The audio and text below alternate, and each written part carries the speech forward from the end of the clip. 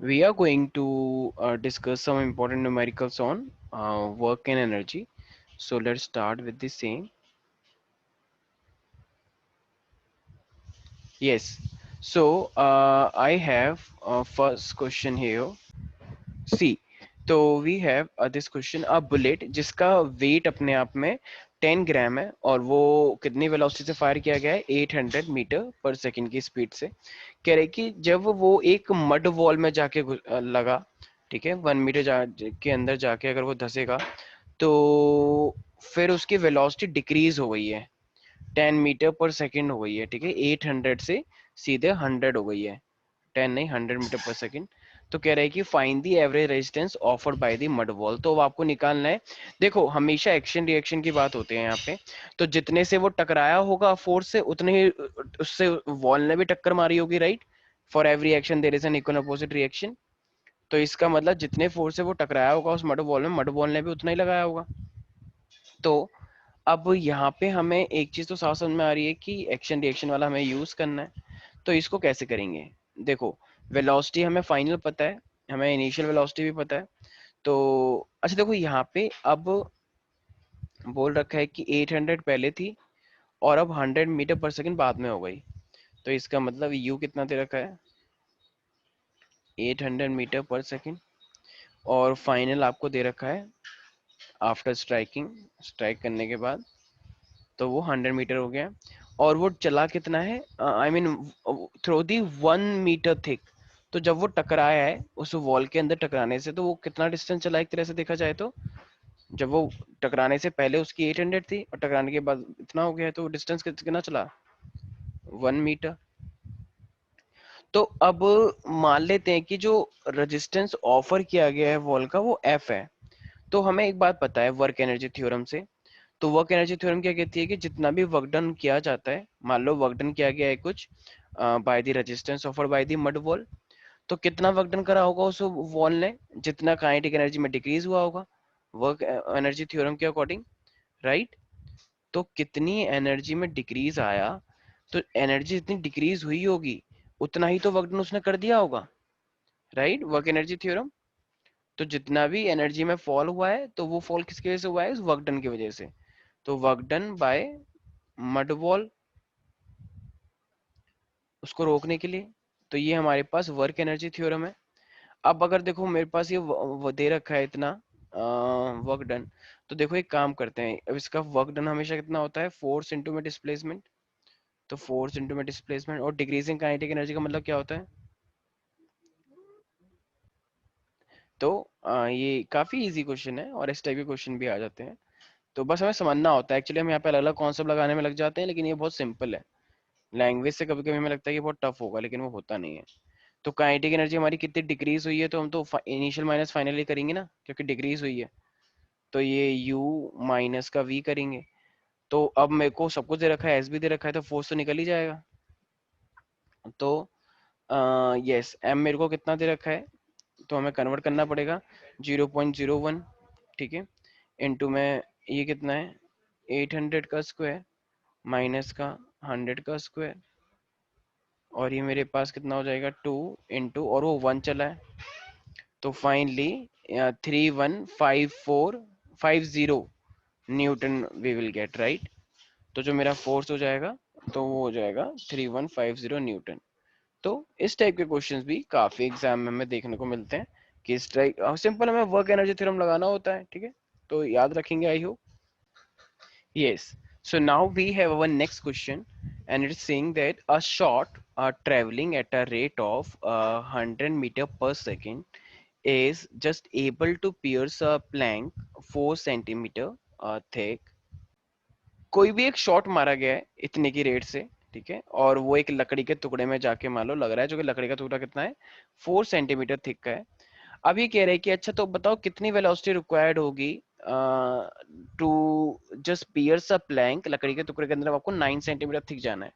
इसका मतलब यहाँ पे एक सिचुएशन का तो यूज करवा दिया, दूसरी सिचुएशन का यूज करवा रहे हैं, राइट। तो अब अगर हमें दूसरी सिचुएशन का यूज करना होगा, तो एक बात तो साफ है कि इसके अंदर भी वर्क एनर्जी लगने वाला है। देखो आपको पहले वाले की वेलोसिटी दे रखी है कितनी, 100 मीटर पर सेकेंड, राइट, ये आपको दे रखा है ऑलरेडी, हमें यूनिट से पहचान लेते हैं क्या चीज दे रखी है। अच्छा, और आपका उसका डिस्टेंस कितना दे रखा है, उसका डिस्टेंस आपको दे रखा है 4 सेंटीमीटर, ठीक है। लेकिन अब हमें v2 नहीं दे रखा है, we don't know the second velocity, but yes हमें उसका डिस्टेंस दे रखा है कि उसको कितना हमने पियर्स करवाया है, 9 सेंटीमीटर पियर्स करवाया है। तो अब हमें v2 निकालना है। तो एक बात साफ है, इसका मतलब अब अगर हमें दो रिलेशन का वो यूज करवा रहे हैं तो एक चीज हमें पता है कि जो काइनेटिक एनर्जी लॉस्ट होती है, जब भी कोई भी चीज लकड़ी के अंदर जाएगी तो काइनेटिक एनर्जी लॉस होगी, तो उतना ही आई मीन तो जो जितना लॉस हुआ है उतना ही तो वर्क डन किया गया होगा उस प्लैंक ने। तो इसका मतलब हाफ एम वी स्क्वायर, यहाँ पे हाफ एम वी स्क्वायर, और ये मेरे पास है फोर्स इंटू में डिस्प्लेसमेंट। तो ये अगर वेलोसिटी 1 थी तो डिस्टेंस भी 1 रहा होगा, ठीक है। इसी तरीके से अगर मैं दूसरे वाले के लिए लगाऊंगा तो दूसरे वाले के लिए कितना होगा, हाफ एम वी टू का स्क्वायर, और उसी तरीके से मेरे पास हो जाएगा फोर्स इंटू में S2, राइट। तो ये पहली कंडीशन के लिए हो गया, दूसरी कंडीशन के लिए हो गया। तो अब अगर ये दो कंडीशन मुझे दे रखी है तो can I divide them, of course I can. तो मान लो ये इक्वेशन 1 है, ये इक्वेशन नंबर 2 है, तो इन दो इक्वेशन का यूज करके आई कैन सिंपली डिवाइड। तो अगर जब मैं इनको डिवाइड करूंगा तो m से m तो कट ही जाएगा ना, 2m से, तो 2m से 2m कट जाएगा, तो v2 अपॉन में v1 ले लेते हैं, ठीक है, 2 डिवाइड बाई 1। तो फिर मेरे पास यहाँ पे आएगा S2 अपॉन S1। तो अब बस निकल जाएगा ऐसे करके। तो आपको V2 दे रखा है, तो अब मेरे पास जो इक्वेशन बन गई, V2 upon V1 is equal to S2 upon S1 का अंडर रूट, ठीक है। तो अंडर रूट S वाला कितना दे रखा था अब आपको, 9, 9 दे रखा था, ये 4 दे रखा था, तो 9 और 4 दे रखा था, तो 3/2 आ जाएगा मेरे पास। तो इसका मतलब अगर हमें V2 निकालना होगा तो V2 is equal to 3/2 V1, और V1 आपको कितना दे रखा था, 100। तो finally I will get 150 metre per second. तो जो दूसरे वाले की वेलोसिटी होनी चाहिए थी वो कितनी होनी चाहिए थी, 150।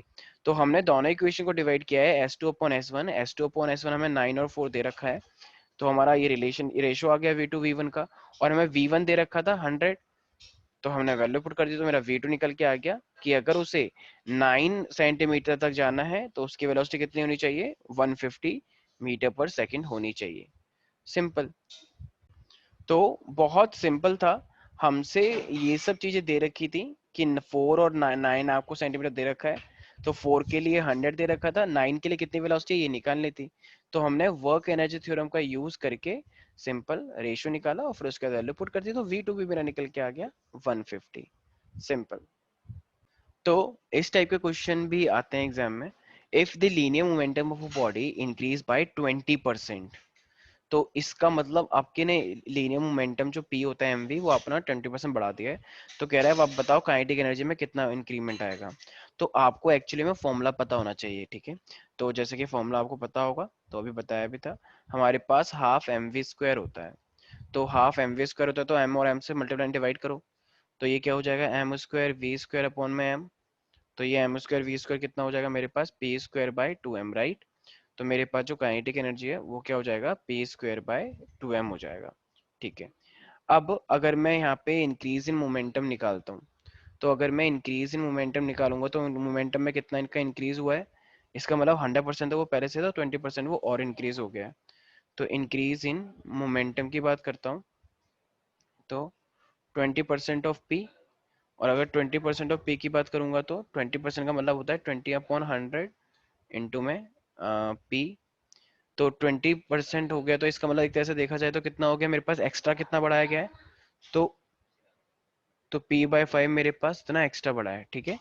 तो p पहले मेरे पास वो p था अपने आप में 100, और कितना हिस्सा बढ़ गया उसका फ्रैक्शन में, p/5 और बढ़ गया है। तो इसका मतलब फाइनल मोमेंटम की अगर बात की जाएगी, वैसे देखा जाए तो ये 120% हो गया, राइट।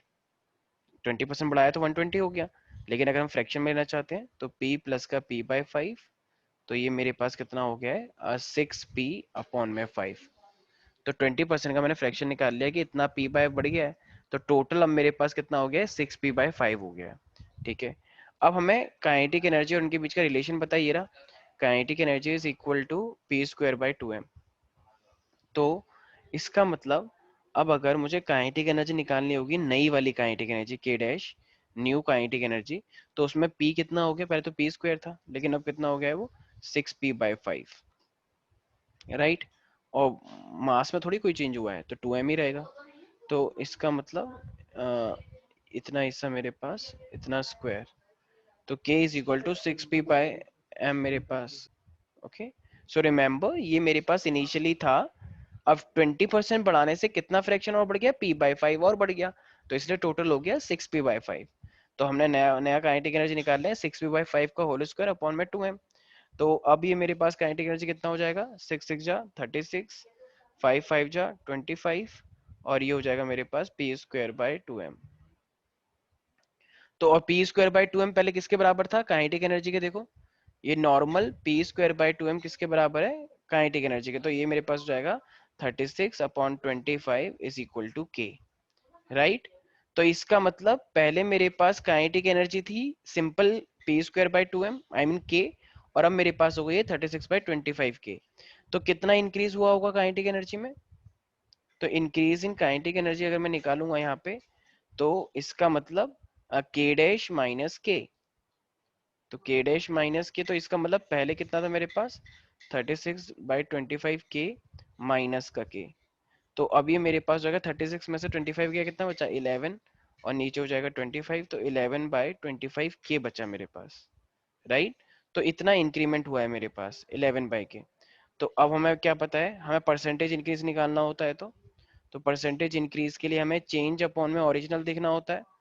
तो अब कितना आया है मेरे पास चेंज, 11/25 के डिवाइड बाई के इंटू में 100, तो के से के कट जाएगा मेरे पास, तो 11/25, और 25 इंटू 100 कितना होता है 4, तो 4 इंटू 11 कितना हो जाएगा 44%।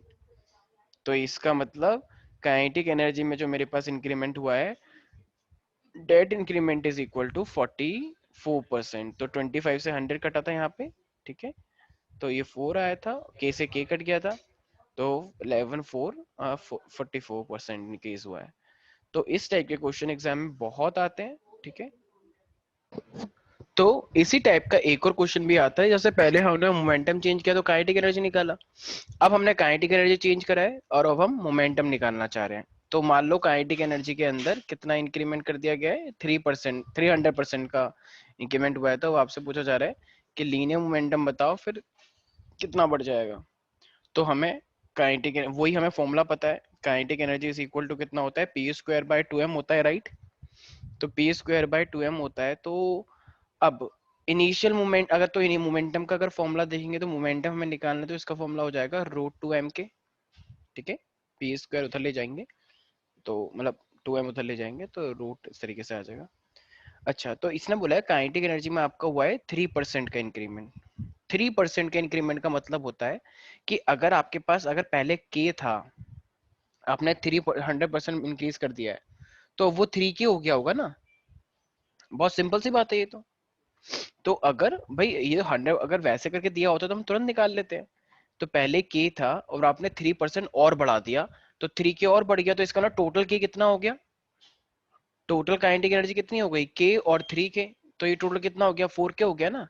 भाई 300% बढ़ाया किसके अंदर, जब वो ओरिजिनल पहले एक एक था, तो एक के अंदर अगर 3% आप 300% बढ़ाया है, तो टोटल तो 4k हो गया ना, क्योंकि एक तो वो खुद ही था पहले, ठीक है भाई। तो ये तो हुआ इनिशियल मोमेंटम, और फाइनल मोमेंटम अगर निकालेंगे तो आपका 4k वो हो चुका है, तो 2 × m, और अब ये वो 4k हो गया। तो अब जब वो 4k हो गया, तो इसका मतलब इस 4 को बाहर निकालेंगे तो कैन आई से दे, तो 2 × पुराना वाला मोमेंटम √2m के। तो इसका मतलब पहले मोमेंटम कितना था, p था, और अब जो नया मोमेंटम आया है वो 2p हो गया है।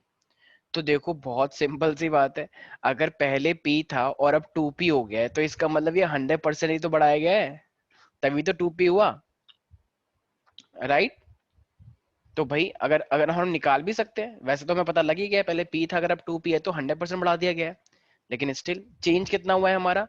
देखो पहले 2p था, मतलब अब 2p है, पहले p था, और अपॉन में इनिशियल लेते हैं, इनिशियल पी था, और इनटू में 100। तो 2p में से p गया, कितना बचा p, और p इनटू में 100। तो p से p कट गया तो बचा क्या 100, तो इसका मतलब 100% ही इंक्रीमेंट हुआ है।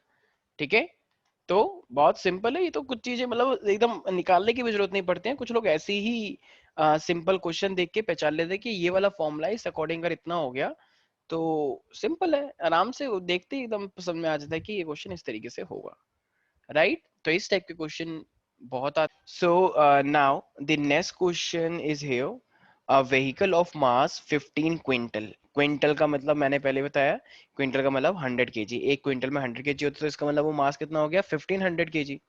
Claims up a hill 200 metre high, तो वो ऊपर चढ़ रहा है, ठीक है, तो इसका मतलब 200 आपको हाइट दे रखी है। It then moves on a level road with a speed 3 metre per second, ठीक है। अब वो लेवल रोड पे चल रहा है। Calculate the potential energy gain by it and it's total mechanical energy while running on the top of the हिल, ठीक है।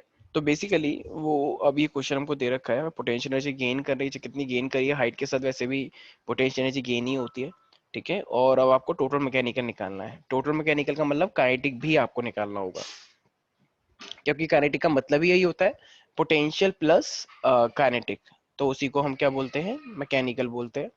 तो अब अगर हम यहाँ पे बात करते हैं तो देखो बहुत सिंपल सी बात है। सबसे पहली बात तो हम पोटेंशियल एनर्जी गेन की बात करते हैं। तो अगर मैं पोटेंशियल एनर्जी गेन की बात करता हूँ तो मेरे पास यू कितना होता है, ये होता है mgh। तो m कितना था उसका 15 क्विंटल, तो 1500, ठीक है। g कितना है 9.8, और हाइट कितनी है मेरे पास, तो हाइट है मेरे पास, yes, where is it, yes 200। तो मेरे पास ये कितना हो जाएगा, तो if I just calculate that it would be equal to, तो ये मेरे पास 100 चार जीरो, तो ये it would be something 2.9 into 10 की पावर 6 जूल, राइट। ये कुछ कुछ इतने के बराबर होगा पोटेंशियल एनर्जी गेन, ठीक है। तो पोटेंशियल गेन, लेकिन अब हमें पता है कि अगर ये मैकेनिकल पूछ रहा है तो टोटल मैकेनिकल के अंदर काइनेटिक एनर्जी भी आता है। तो अब अगर मैं काइनेटिक एनर्जी की बात करूंगा तो kinetic energy would be equal to half m v square. तो अब मेरे को हाफ एम दे रखा है वही 15 क्विंटल, और वेलोसिटी कितनी दे रखी है मेरे को 30 मीटर की तरफ से चला है वो प्लेन पे, तो 30 का square it would be equal to, तो कैलकुलेट करना पड़ेगा, राइट।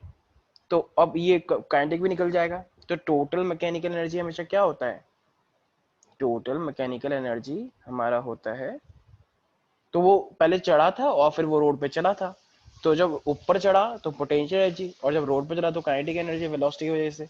तो टोटल कितना हो जाएगा, काइनेटिक प्लस पोटेंशियल, या पोटेंशियल प्लस काइनेटिक, दोनों को ऐड कर देंगे मेरा आंसर आ जाएगा, राइट। तो potential, kinetic and total mechanical, बहुत सिंपल। अच्छा, कभी कभी वो हमसे ग्राफ के लिए भी बोलता है कि आपको इसका ग्राफ बनाना है। देखो हमेशा मैकेनिकल एनर्जी हमेशा हमारी कांस्टेंट रहती है, क्यों, क्योंकि देखो अगर पहले पोटेंशियल थी तो अब उसी का यूज करके काइनेटिक बनती है, तो हमेशा टोटल एनर्जी मेरी कांस्टेंट रहती है, this is my total energy. तो अगर काइनेटिक एनर्जी मेरी कम होती है तो ऑलवेज रिमेंबर पोटेंशियल एनर्जी हमेशा मेरी बढ़ती है। तो total energy for a system always remain constant, remember that, ठीक है। तो ये हमेशा मेरी कांस्टेंट रहती है। तो कभी भी इस टाइप के क्वेश्चन आते, मतलब बेसिकली तो हमेशा कांस्टेंट रहती है, लेकिन ये ग्राफ इसका नहीं है, यहाँ पे सिचुएशन अलग है, वो अलग अलग चला है। लेकिन कभी भी अगर आपसे बोलेगा कि टोटल एनर्जी का ग्राफ बनाओ, हमेशा ये अलग क्वेश्चन, इससे कंसर्न नहीं है, ये मैं अलग से बता रहा हूँ। तो अगर टोटल निकालेगा तो हमेशा ध्यान रखना।